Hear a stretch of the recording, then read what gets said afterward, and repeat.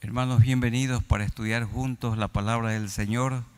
También siempre un saludo a los hermanos que se conectan en este horario para participar con nosotros en el estudio de la palabra del Señor. Hoy nos toca el capítulo 13 del libro de Josué. Y el tema sale del versículo 1 del capítulo 13. Dice así: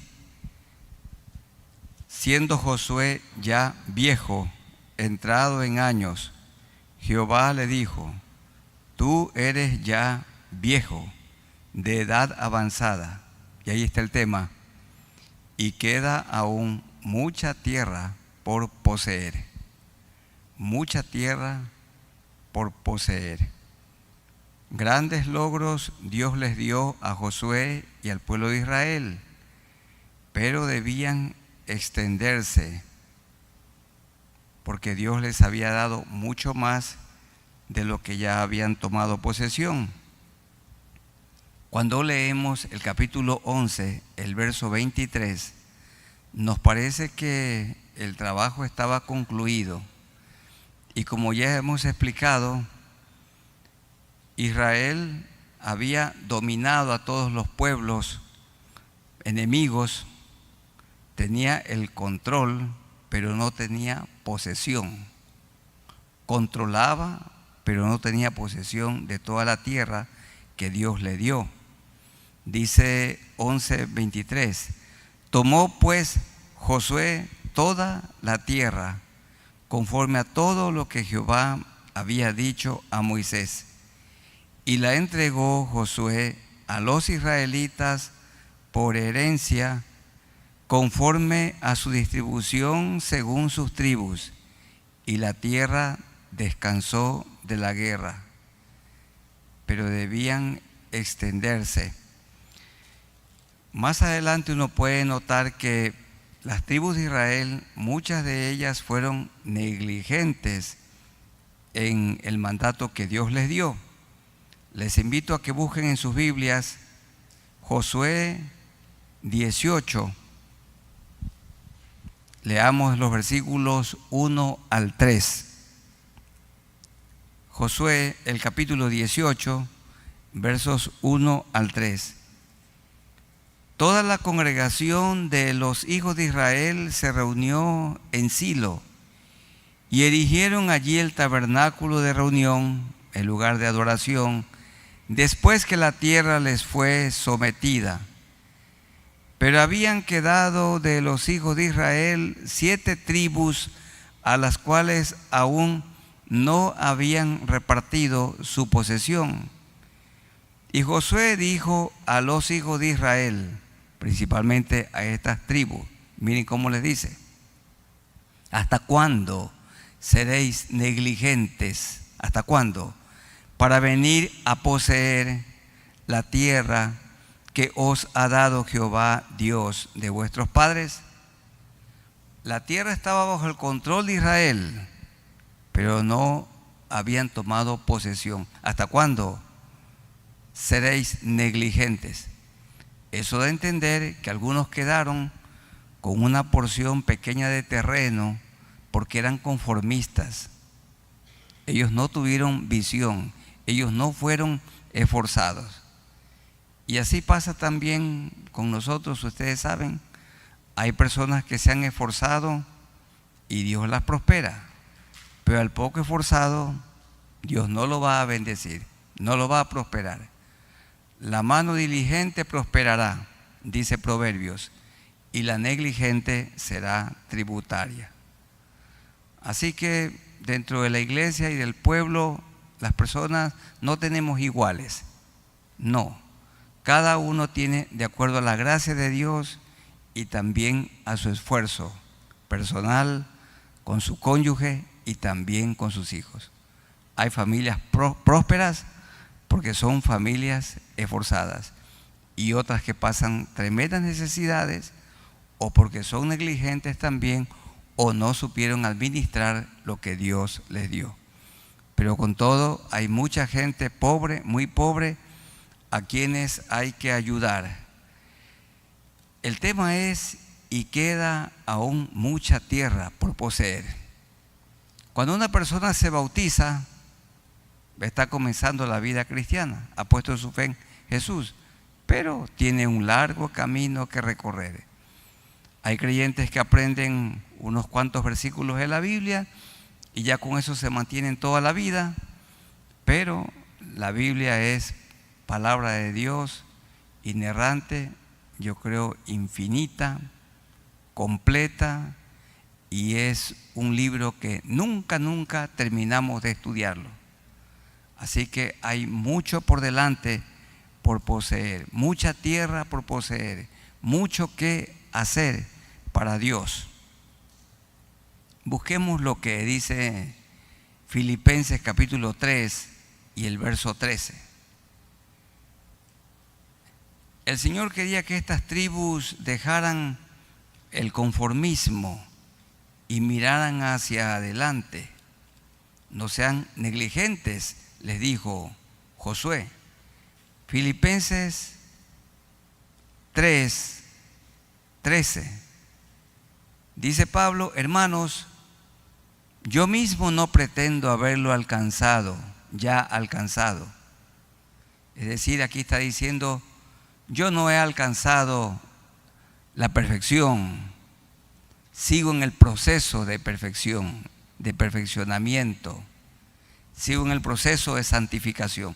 Yo mismo no pretendo ya haberlo alcanzado, pero una cosa hago, olvidando ciertamente lo que queda atrás, los logros que pueden producir orgullo y las derrotas que pueden producir frustración, olvidando ciertamente lo que queda atrás y extendiéndome a lo que está adelante, dijo el verso 14, prosigo a la meta. ¿Cuál era la meta? Al premio del supremo llamamiento de Dios en Cristo Jesús. Así que Pablo era estudioso, era muy trabajador, abnegado, pero dice, yo no lo he alcanzado. Sigo en el proceso de ser perfeccionado. Cuando estemos con Cristo, seremos semejantes a Él. Ahora estamos dentro de ese proceso. Volvamos a Josué, el capítulo 13, y lo vamos a repasar, a estudiar en 5 partes. La número 1, la edad avanzada de Josué y la tierra por poseer. ¿Cuántos años tenía Josué en este tiempo? Los estudiosos de la Biblia dicen que tenía unos 95 años. Y él vivió hasta los 110 años. Significa que solamente tenía unos 15 años por delante y su vida se estaba terminando aquí en la tierra. Siendo Josué ya viejo, entrado en años, Jehová le dijo, todavía le puso una carga. Eso significa que una persona, un creyente o una creyente puede servir hasta que muera, puede servir en la vejez. Era ya viejo, tú eres ya viejo, le dijo, de edad avanzada. Pero ¿sabes qué, Josué? Aún queda mucha tierra por poseer. He oído testimonios de hombres que tienen 70 años y se matriculan en la universidad para terminar la carrera que no terminaron. Y conozco de personas que tienen más de 70 años u 80 y están todavía estudiando una maestría. Y hace unos días un hermano me preguntó, pastor, aquí hay una extensión en la iglesia, pero yo ya tengo 72 años, ¿puedo matricularme en el seminario? Claro, para todos. Son 4 años, porque no es que uno se prepara para servir, sino mientras servimos nos preparamos. Qué pena que algunos que se matriculan en el seminario inmediatamente dejan de servir, pero no es mientras estudia, sirve, y mientras sirve, se prepara. Las dos cosas son simultáneas. Porque un creyente nunca deja de estudiar, porque nunca deja de aprender. Y el que enseña tiene que estar aprendiendo. Una persona deja de enseñar cuando deja de aprender, ya no tiene nada nuevo que compartir. Y la Biblia es el libro siempre nuevo. Entonces Dios quiere que le sirvamos hasta el día de nuestra muerte. Tú eres ya viejo, de edad avanzada, pero ¿sabes qué? Aún queda mucha tierra por poseer, y Dios lo anima para que Él anime y amoneste al pueblo para que tome posesión de la tierra que estaba controlada, pero no poseída. No habían tomado posesión de ella, estaba bajo el control, como hoy el Estado de Israel tiene algunos pueblos bajo su control, pero los israelitas no habitan allí. Y otra vez vemos el 18:3 de Josué, y dijo a los hijos de Israel: ¿hasta cuándo seréis negligentes para venir a poseer la tierra que os ha dado Jehová Dios de vuestros padres? Negligentes. Y la negligencia es pecado. Entonces se volvieron personas conformistas. Lo anima para que continúe con su trabajo. Vamos envejeciendo y no hemos hecho todo lo que nos propusimos. Triste es llegar al final y no haber alcanzado las metas que una persona se propuso. Debemos procurar con diligencia enfocarnos en lo importante, en Jesús, conociéndolo a Él y hablando de Él. Hermanos, la tarea más importante que Dios nos ha dado es hacer discípulos. Y hacer discípulos implica tres cosas: predicar a toda criatura, bautizar y tercero, enseñarle al nuevo creyente toda la palabra de Dios. Veamos en segundo lugar la orden a Josué de repartir la tierra. Es un punto largo, aún antes que fuera conquistada totalmente. La repartió antes de ser conquistada. Le dijo a cada una de las tribus: usted va de aquí hasta allá, pero ahí están los enemigos dentro, y cada uno tenía que pelear. Porque para todo hay que esforzarse. Para terminar una carrera universitaria hay que estudiar mucho, sacrificio. A veces noches enteras sin dormir. El estudio en el seminario tampoco no es sencillo, demanda esfuerzo, demanda disciplina y todo trabajo. Nada es fácil.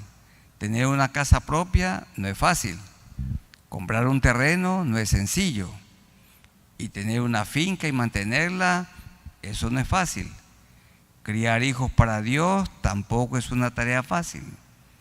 Así que Josué les repartió la tierra, pero ellos tenían que conquistarla. Tenían que derrotar los enemigos que estaban dentro de ese territorio que Josué les repartió. Ahí se dice más o menos en los versos 2 al 7 la tierra por conquistar.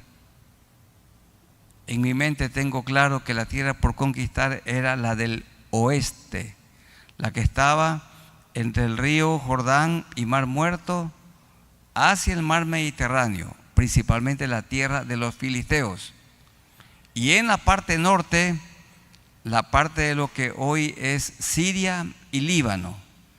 Y esos pueblos antiguos se los nombra allí en los versos 2 al 7. Ahí había mucha tierra por conquistar. Dice el 2: esta es la tierra que queda. estamos en 13:2. Todos los territorios de los filisteos. Esos filisteos persistieron hasta el tiempo de David, y de Josué hasta David pasaron como 400 años.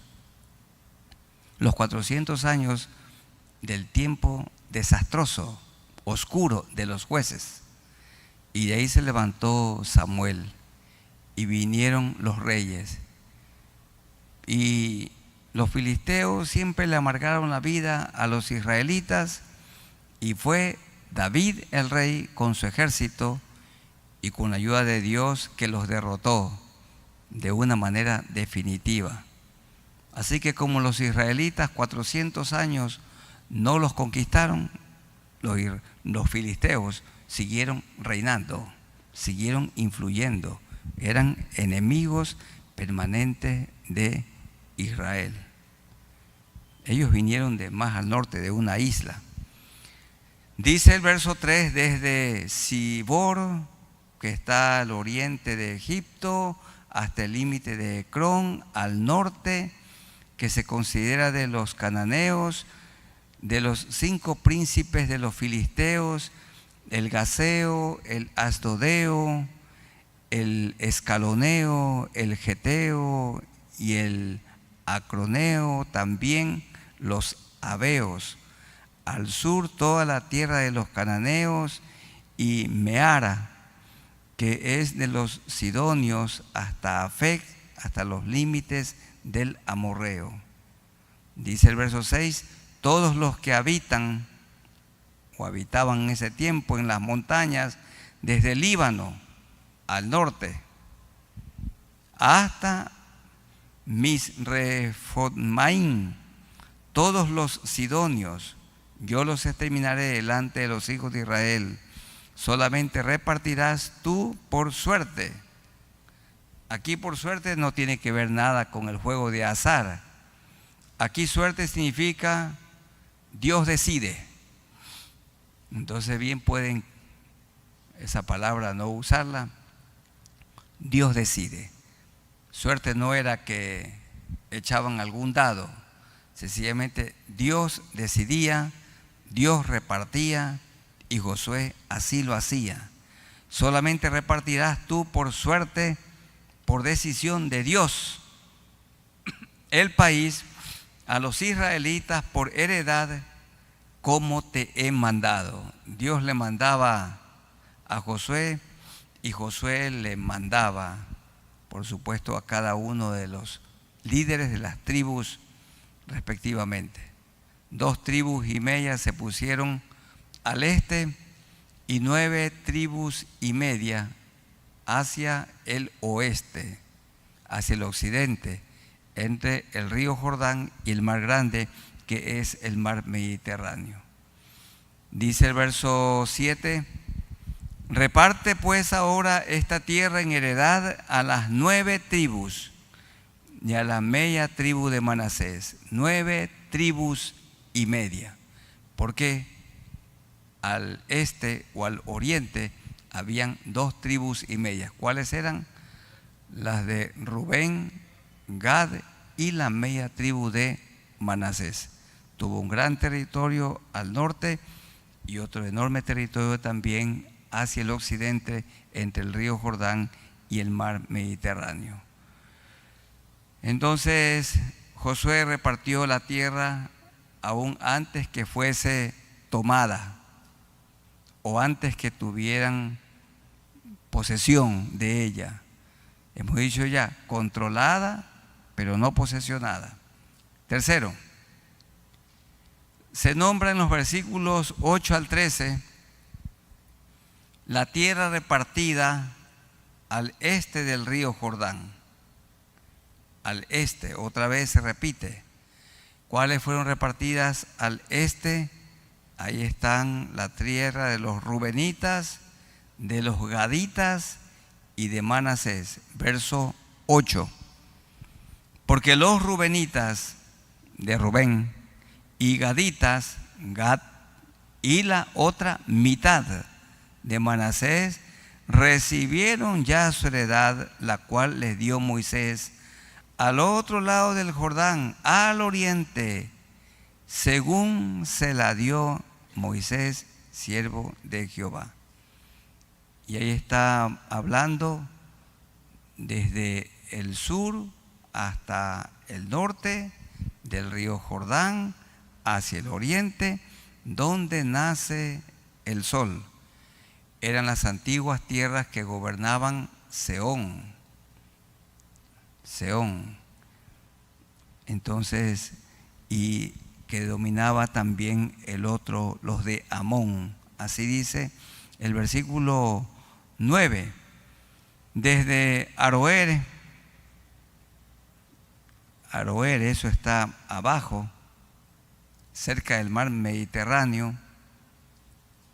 Desde Aroer, que está a la orilla del arroyo de Arnón, como a la mitad del Mar Muerto, y la ciudad que está en medio del valle, y toda la llanura de Medeba hasta Dibón, todas las ciudades de Sehón, rey de los amorreos, el cual reinó en Hesbón hasta los límites de los hijos de Amón. Este Sehón estaba al norte de Moab, y ahí estaba entonces Sehón, y más arriba estaban los amonitas. Los descendientes de Amón venían como resultado de la relación de incesto de Lot con su hija menor, y los moabitas eran el resultado triste de la relación de incesto de Lot con su hija mayor, y ellos eran permanentes enemigos de Israel.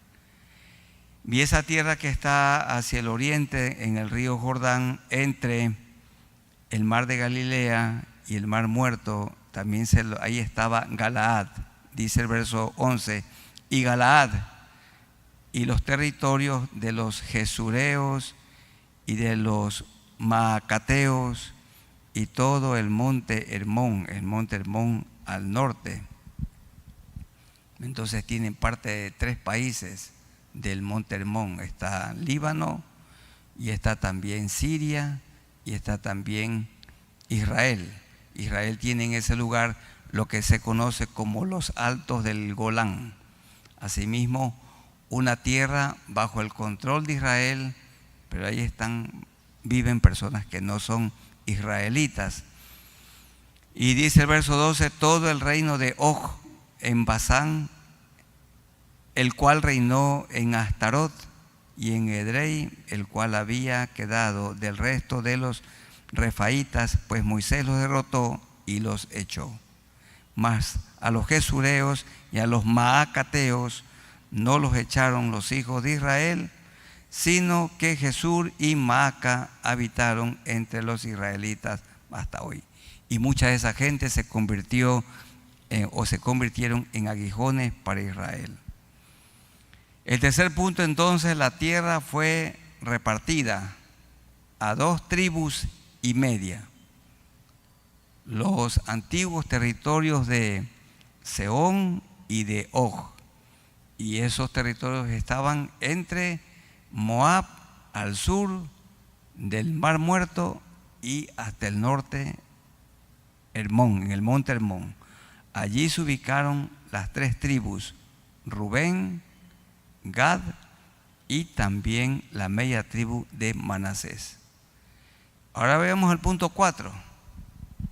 La situación especial de la tribu de Leví. Ya estudiamos esto. Los levitas no tenían un territorio exclusivo, porque los levitas estaban dispersos por todo Israel. Ellos eran los maestros de la palabra de Dios. Eran los que ayudaban en el tabernáculo a los sacerdotes. Entonces los levitas estaban distribuidos por todas las ciudades para enseñar la Biblia. Eso lo vamos a mirar. Miren el verso 14 del 13. Pero a la tribu de Leví no dio heredad. Los sacrificios de Jehová, Dios de Israel, son su heredad. Ellos comían de los sacrificios y ellos vivían de los diezmos que todo Israel daba. Las 11 tribus, en este caso las 12 tribus, porque se cuentan 2 tribus de José, entonces ahí se complementa la de Leví. Todas daban, las 11 tribus aportaban para que los levitas no les falte nada. Y luego los levitas también aportaban sus diezmos, y del diezmo de los levitas se sustentaban los sacerdotes, comenzando con el sacerdote a la cabeza, los descendientes de Aarón. Los levitas eran los colaboradores. Dice la segunda parte del verso 14: los sacrificios de Jehová, Dios de Israel, son su heredad, como él les había dicho. También el 33: mas a la tribu de Leví no dio Moisés heredad. Jehová, Dios de Israel, es la heredad de ellos, como él les había dicho. Pero Dios nunca les hizo faltar nada. Hubo un tiempo de gloria en Israel y daban en abundancia, y los levitas vivían con todo lo necesario. En el libro de Nehemías también y Esdras se lee que los levitas habían sido descuidados porque el pueblo había dejado de dar, había dejado de contribuir. Y hermanos, si ustedes y yo dejamos de contribuir para que el reino de los cielos sea expandido, entonces la predicación del evangelio no va a tener mucha fuerza. Hay que orar, hay que enviar misioneros, pero también hay que contribuir para que esos misioneros tengan un sustento digno. Y el pueblo de Israel tenía que sustentar dignamente a los maestros, a los que enseñaban la palabra de Dios en todo Israel. Ellos no tenían una ciudad exclusiva para vivir, no tenían un territorio delimitado. Lo que sí tenían es lo que conocemos, un solar. Tenían un pequeño terreno donde hacían su casita y allí vivían, pero ellos vivían del aporte de los diezmos. Vamos a buscar en el libro de Nehemías, porque es bueno que recordemos qué hacían estos levitas. Alguno pensará, los levitas se ponían una leva. No era así. Los levitas eran personas muy importantes en la historia de Israel. En Nehemías, el capítulo 8, vemos que Esdras comenzó a leer la Biblia a todo el pueblo. Y dice el verso 3: leyó en el libro delante de la plaza que está delante de la puerta de las aguas. 8:3: desde el alba hasta el mediodía, en presencia de hombres y mujeres y de todos los que podían entender. Es decir, estaban los niños y también los ancianos. Y los oídos de todo el pueblo estaban atentos al libro de la ley. Pero habían unos hombres junto a Esdras. Dice el verso 4 que Esdras estaba en un púlpito de madera, pero junto a él estaban ¿quiénes? Matatías, Sema, Anías, Urías, Hilcías, Maasías, y a su mano derecha, a su mano izquierda estaban Pedaías, Misael, Malquías, Jasum, Hasbadana, Zacarías y Mesulán. Abrió pues Esdras el libro a ojos de todo el pueblo, porque estaba más alto que todo el pueblo, y cuando lo abrió, todo el pueblo estuvo atento. Dice el verso 6: entonces decían: bendijo entonces Esdras a Jehová, Dios grande. Y todo el pueblo respondió: amén, amén, alzando sus manos, y se humillaron y adoraron a Jehová, inclinados a tierra. Y ahí está el objetivo de esta pequeña lectura. En el verso 7 y los levitas. Esdras, el maestro, leía. Esdras leía y los levitas, se da una lista, al igual que arriba. ¿Quiénes eran ellos? Jesúa, Bani, Serebías, Jamín, Acub, Sabetai, Odías, Maasías, Kelita, Azarías, Josabet, Anán y Pelaía hacían entender al pueblo la ley, y el pueblo estaba atento en su lugar. ¿Quiénes eran los maestros de los grupos discipulados? Los levitas. Por eso la trascendencia de una iglesia que tiene maestros y maestras capacitados para enseñar la palabra de Dios. Tienen que ser hombres santos, tienen que ser hombres con una vida intachable, irreprensibles, porque enseñamos la palabra de Dios. No tiene que ser un neófito, tiene que ser una persona estudiosa, que estudia, que interpreta correctamente la palabra de Dios, que la obedece, y porque la obedece, la enseña. No enseña porque sabe, no, enseña porque la vive. El creyente, el maestro, enseña lo que vive. Entonces, ese es el trabajo de los levitas. Dice el verso 8, y leían el libro de la ley de Dios claramente y ponían el sentido de modo que entendiesen la lectura. Nosotros tenemos la buena práctica cada domingo. ¿Cuántos capítulos leemos en grupo pequeño? 3. Hay hermanos que leen 1, están desobedeciendo. Otros leen 4, no, es 3, ni más ni menos. Y hay que escuchar las 3 predicaciones, las 3 explicaciones, y hay que leer, investigar. Y una pregunta que uno tiene que preguntarle en el grupo, ¿cuál es? ¿Qué me ha hablado a mí Dios por medio de esta lectura, de estos 3 capítulos? ¿Qué me ha hablado a mí? ¿Qué cambios ha obrado Dios en mi vida? Aquí está, ellos hacían entender. Y sigue el verso 9, y Nehemías el gobernador y el sacerdote Esdras otra vez escriba, y los levitas, se repite. Y los levitas, ¿qué hacían? Entender al pueblo. ¿Y qué hacen los maestros del grupo discipulado? ¿Qué hacen? Hacen entender al pueblo. Ahí está. Hacemos exactamente lo que la Biblia dice. Leer directamente la palabra de Dios, y la vamos estudiando capítulo por capítulo, versículo por versículo, y a veces palabra por palabra.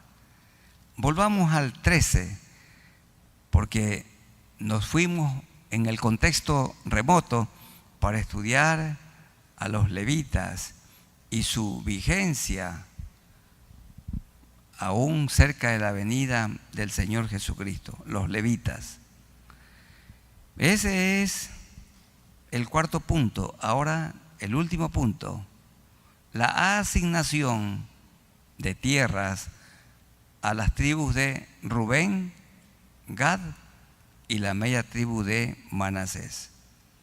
Bien, dice el verso 15. Dio pues Moisés a la tribu de los hijos de Rubén conforme a sus familias. Y ahí está, hermanos, todo lo que Dios le dio a Rubén hasta el verso 23. Leamos el 22. También mataron a espada a los hijos de Israel a Balaam, el adivino.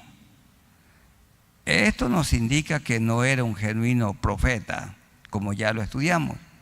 Hijo de Beor, entre los demás que mataron. Y el Jordán fue el límite del territorio de los hijos de Rubén. Esta fue la heredad de los hijos de Rubén, conforme a sus familias, estas ciudades con sus aldeas, las nombradas allí en los versos 15 hasta el 21. Lo ubicó muy bien a Rubén. Tomaron posesión, no solo control, sino posesión de la tierra.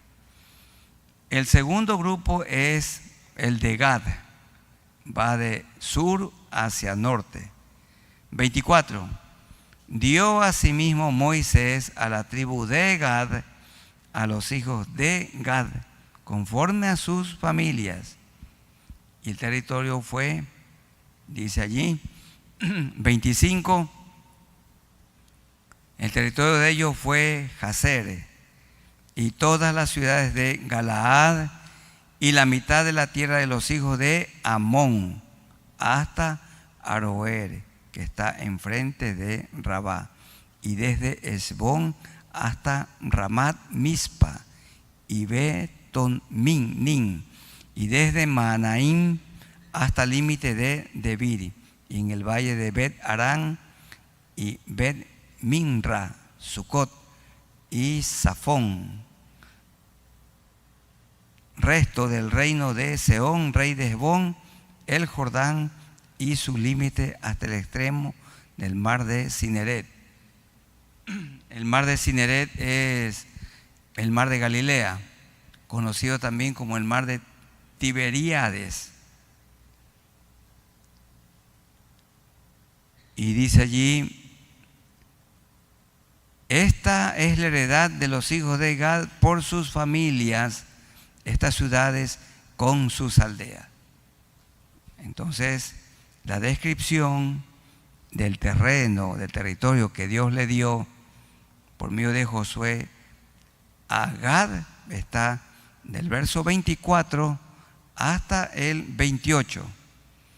Y del 29 al 32 están los límites y las ciudades que fueron entregadas a la media tribu de Manasés.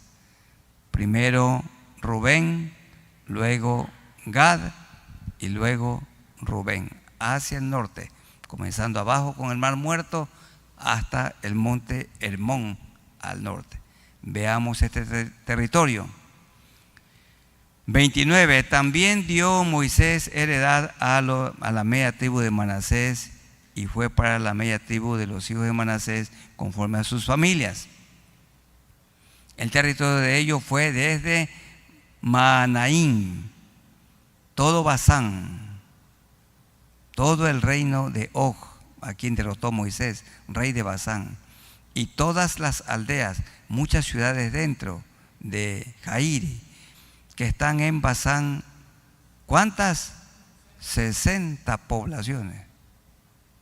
Y allá había todavía pueblecitos que tenían que ser derrotados, porque ahí estaban los enemigos.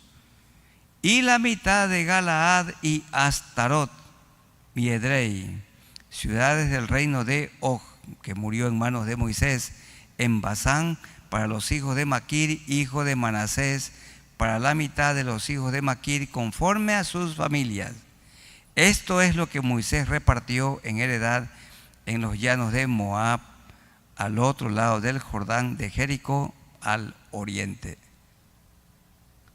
Moisés conquistó del río Jordán al oriente o al este, y Josué conquistó del río Jordán al occidente. Josué conquistó del río Jordán al oriente hacia el Éufrates. En cambio, Josué conquistó del río Jordán hacia el occidente, hacia el mar Mediterráneo. Lo conquistó casi todo, pero no a los filisteos, porque ahora ellos la tribu de Judá tenía que pelear allí con esas personas.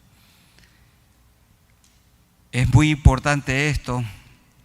Yo creo que es un día de gran alegría cuando un padre con la madre contratan a un ingeniero para que mida la finca, porque a cada uno le va a repartir una herencia. Ese es un día muy feliz, feliz, feliz. Yo recuerdo cuando mi padre, antes de morir, y junto con mi madre, ellos midieron todo el territorio que tenían y nos dio a cada uno una posesión. Y esa posesión de tierra que nos dio sirvió para que la vendamos y construimos la casa en la que vivimos. Y el terreno donde se edificó la casa, en cambio, los padres de mi esposa Isabel le dieron como herencia. Entonces mis suegros nos dieron el terreno y lo que yo recibí de mis padres construimos la casa. Y ahí hemos vivido todos estos 33 años, bueno, no 33 años, sino desde el año 2001. Desde el año 2001 vivimos allí sirviéndole al Señor. Y yo recuerdo cuando mi padre nos convocó, porque él iba a repartirle a cada uno su herencia.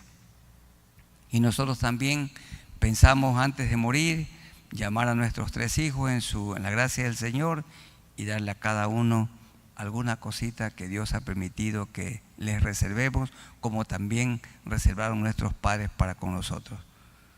Porque dice que no son los hijos los que atesoran para los padres, sino los padres somos los que atesoramos para nuestros hijos. Y por esta razón la Biblia ocupa mucho espacio en la repartición de los territorios y cómo a Dios le agrada el orden, la justicia. No notamos en ninguna parte que alguna tribu se haya quejado diciendo: oye Dios, pero a mí me estás dando mucho terreno árido, oye Dios, me estás dando tierra que se inunda.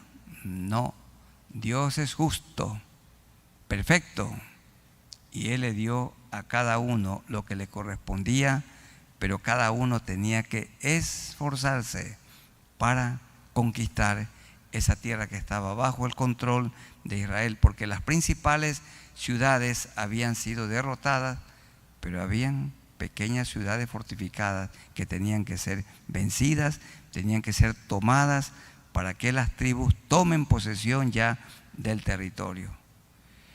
¿Cuál es el texto clave de este capítulo? No hay duda, es Josué 13:1. Siendo Josué ya viejo, entrado en años, Jehová le dijo: tú eres ya viejo, de edad avanzada, y queda aún mucha tierra por poseer. Hermanos, tengo una pregunta que la he anotado aquí. ¿Cuáles son algunas promesas que nosotros como creyentes no hemos tomado posesión, no hemos tomado plenamente? Yo he estado pensando en estos días para compartir este estudio y queda aún mucha tierra por poseer. Hermanos, pensemos, meditemos, ¿cuáles son cosas pendientes que no hemos concluido? ¿Qué cosas están inconclusas?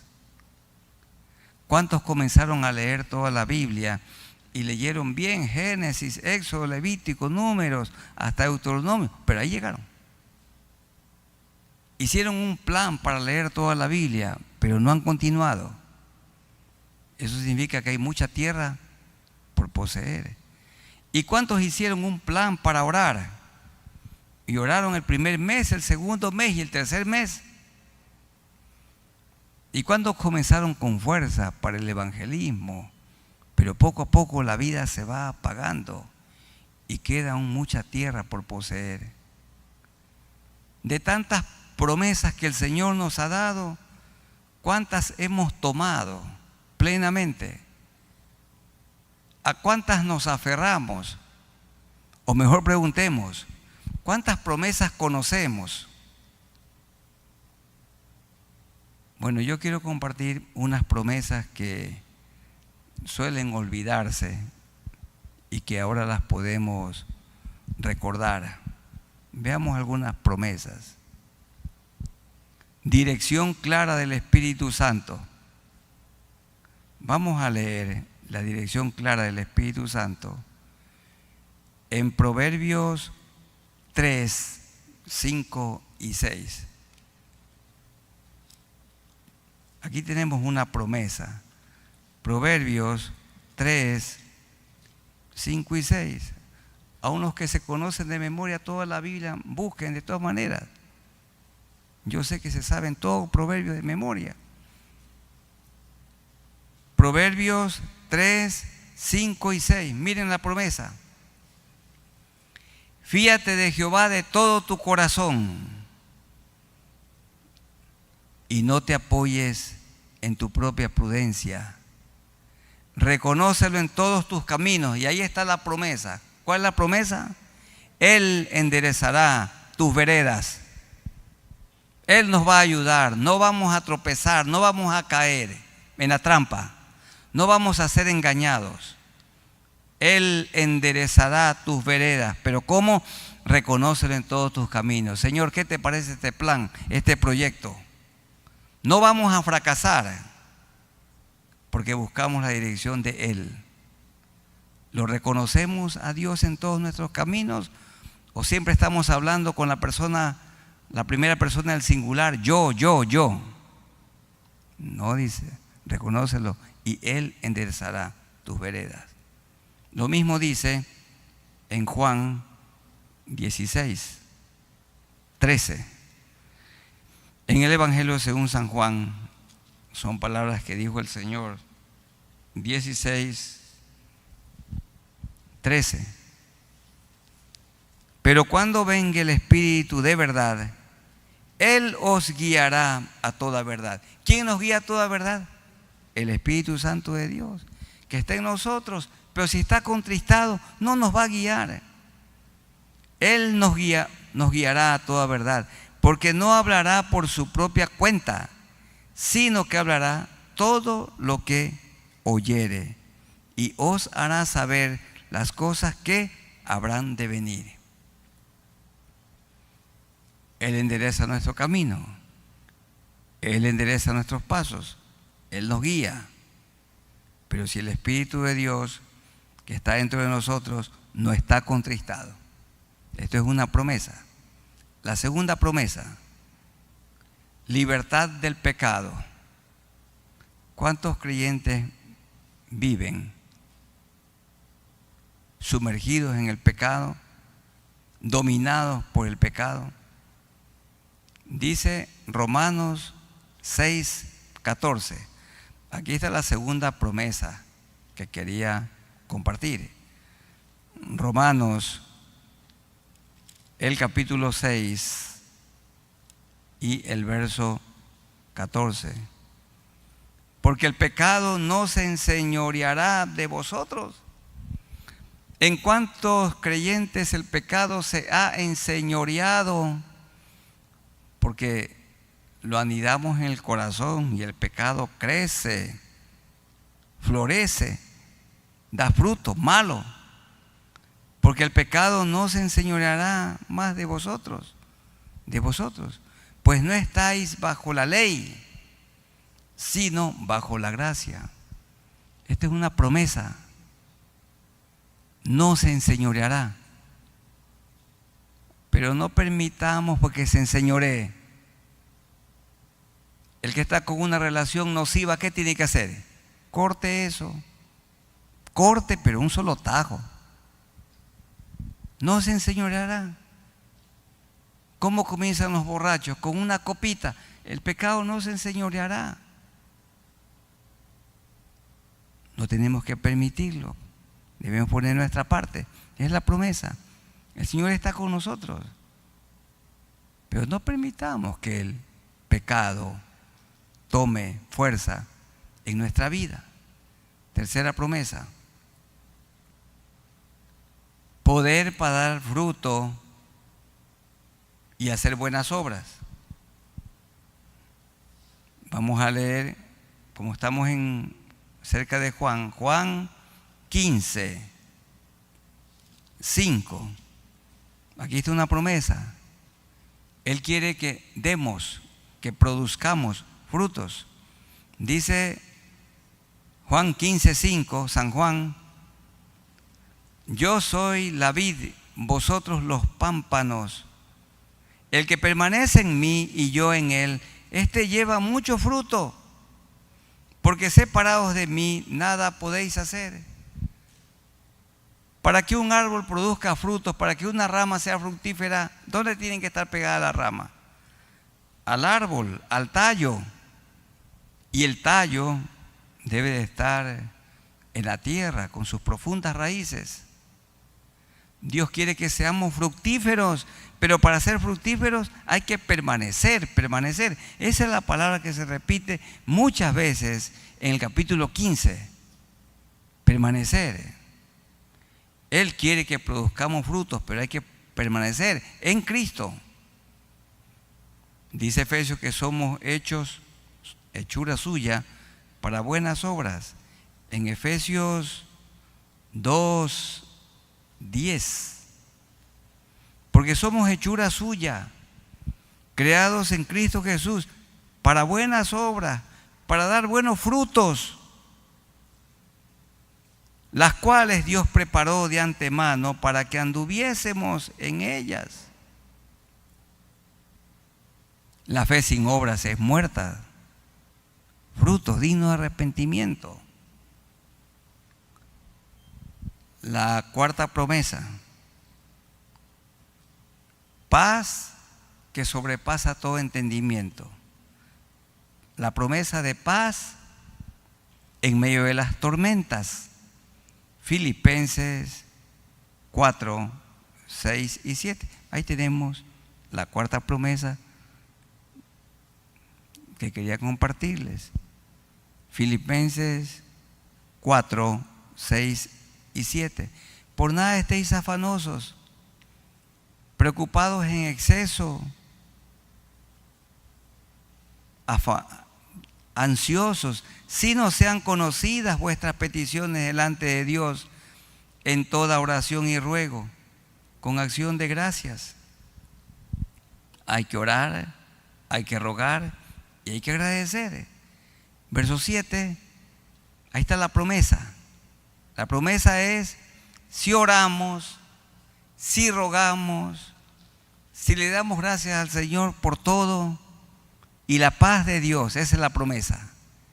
Y la paz de Dios que sobrepasa todo entendimiento, guardará vuestros corazones y vuestros pensamientos en Cristo Jesús. Y la paz de Dios no son las pastillas, los barbitúricos, no.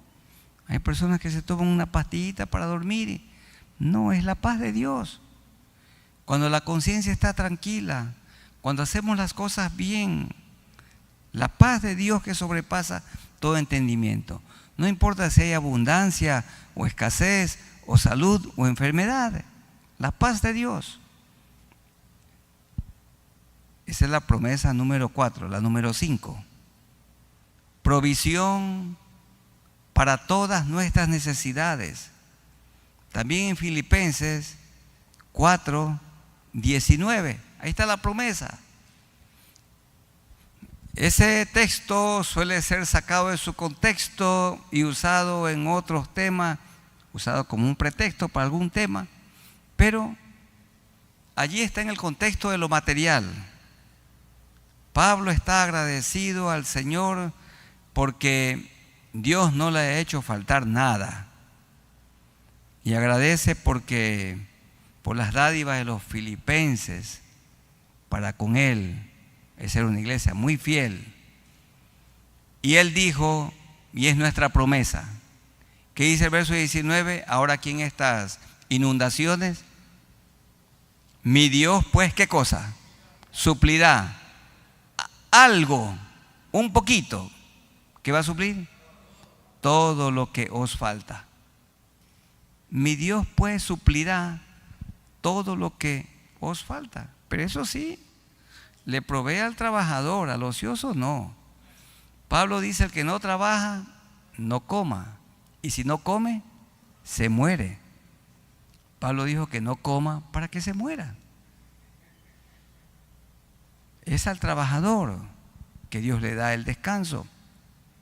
Mi Dios pues suplirá todo lo que os falta conforme a sus riquezas en gloria en Cristo Jesús. Hermanos, ¿cómo no nos va a dar Él las cosas materiales? Acá dice en Romanos 8:32.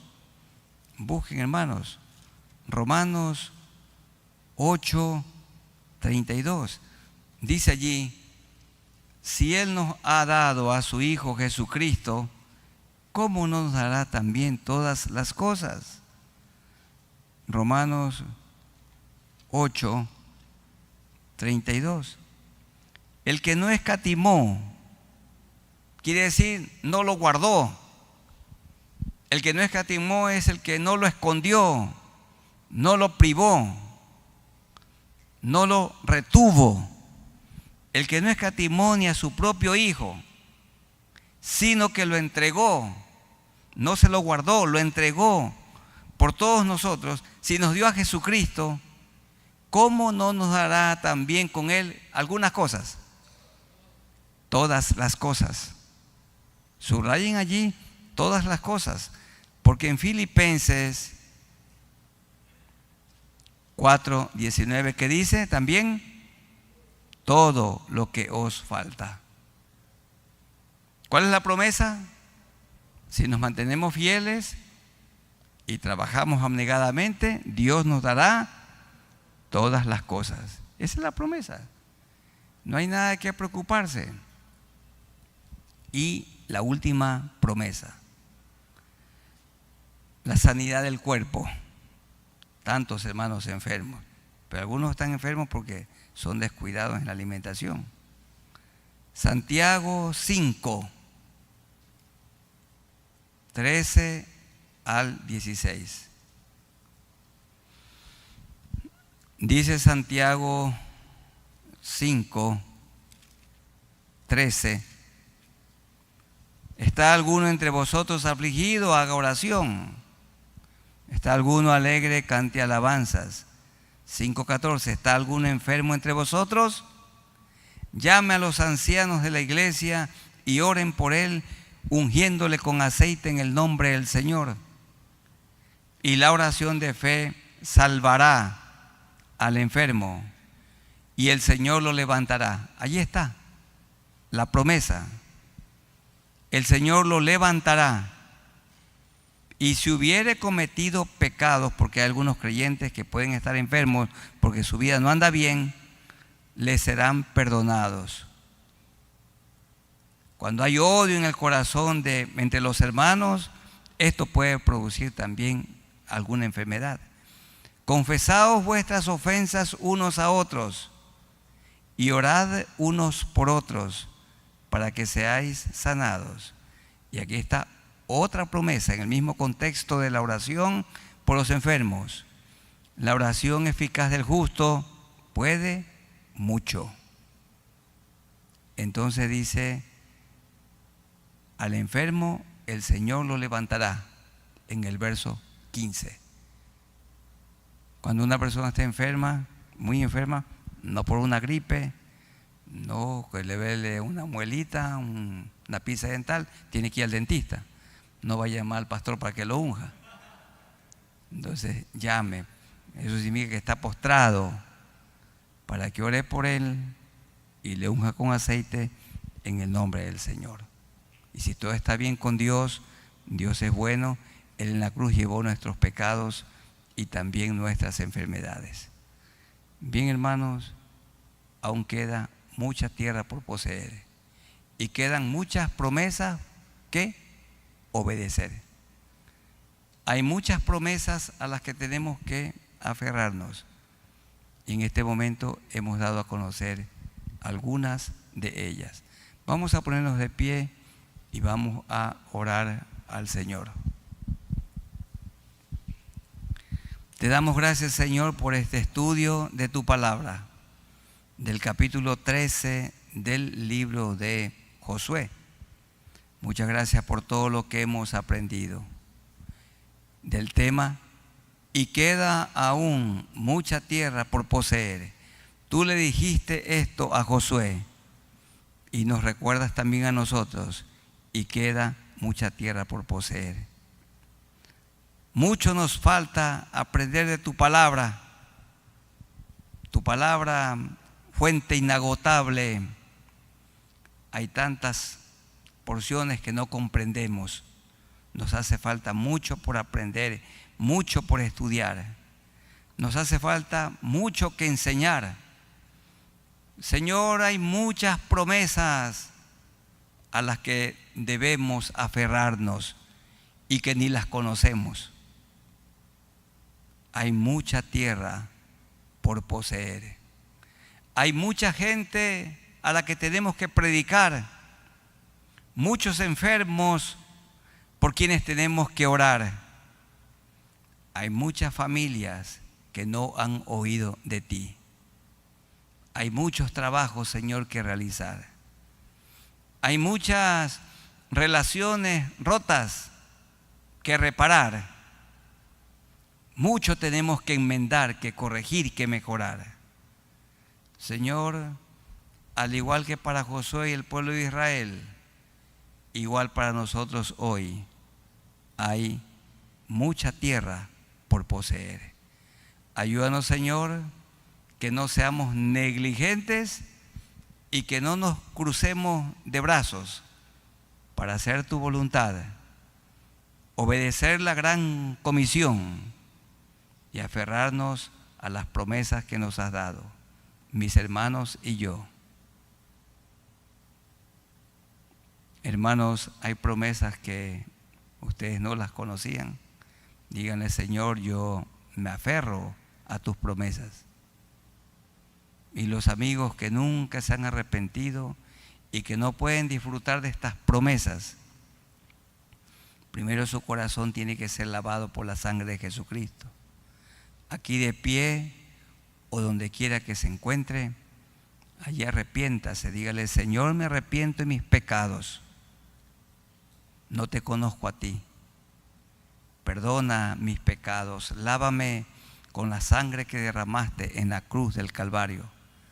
Hazme una nueva persona, dame tu Santo Espíritu y que desde hoy yo haga tu voluntad y que yo pueda conocer tus promesas y aferrarme a tus promesas. Muchas gracias por esta salvación tan grande. Gracias porque Jesucristo, el Hijo de Dios, Dios hecho carne, tomó mi lugar en la cruz del Calvario, murió por mí. Pongo mi fe en ti, toda mi confianza en ti, en el nombre de Jesús. Ayúdanos, Señor, a mantenernos con la mirada en Jesús, el único Salvador. Y en el nombre de nuestro Señor Jesucristo, amén. Tomen asiento, hermanos, y a los que se han conectado con nosotros, hermanos, que Dios les bendiga. Y aquellos que están sufriendo por la inundación o las inundaciones en esta ciudad, esperamos que el Señor les dé la fortaleza. Son momentos muy tristes, pero esto pasará. Esto pasará con la gracia del Señor. Que Dios los bendiga.